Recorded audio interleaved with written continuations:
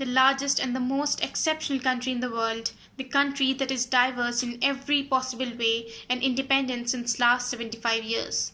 But as we celebrate our coming Independence Day, here's a question I ask myself and to all of you. Are we really independent? Are you and I independent? Well, I don't think so, and what I'm about to share with you is rather an unpopular opinion, but I need to say this loud to myself and to all of you. Hello and good evening, I am Hadi Ansari, and I think in some ways my country and I are still living in the shackles of British rule. Beginning with language. The language that I'm communicating with you right now is English language, the language of England. India has 28 states, 8 union territories, each with at least 2 Indian languages. India has 19,569 mother tongues and the number of official languages in India is 22.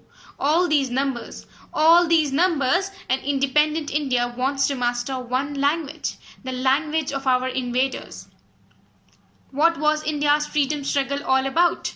Having our own identity. And what defines our identity more than our mother tongue? If India is really independent, then why have we not let our mother tongue flourish? Why are we shy of speaking in Indian languages? Why, if someone speaks in Hindi, Uriya, Tamil, he or she is seen as less qualified, and when the same person speaks in English, his or her chance in standing improves?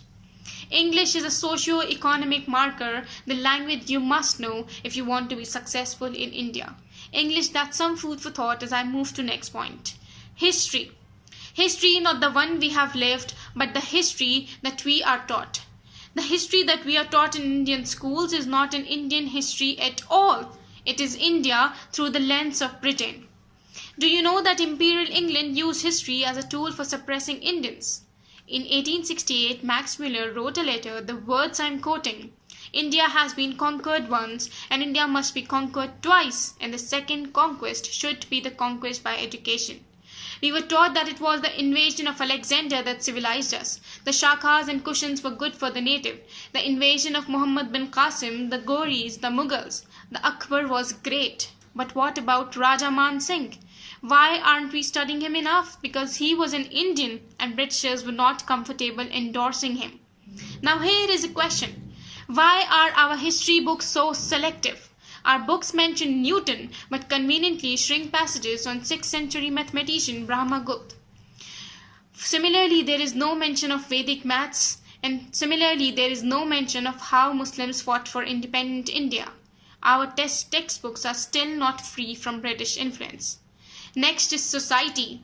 We have achieved independence from Britishers, but we are still slaves of poverty. Bread, cloth and house are still unavailable to half of the Indians. We are still following British education system. Our children are not given the freedom to innovate, rather they are bound with grades and test scores. We wear gown at graduation ceremonies. Our institutions are still living with the colonial hangover. The elected parliamentarians in independent India say aye and no when voting in the House. Sedition is a colonial law and judges are still referred to as your lord.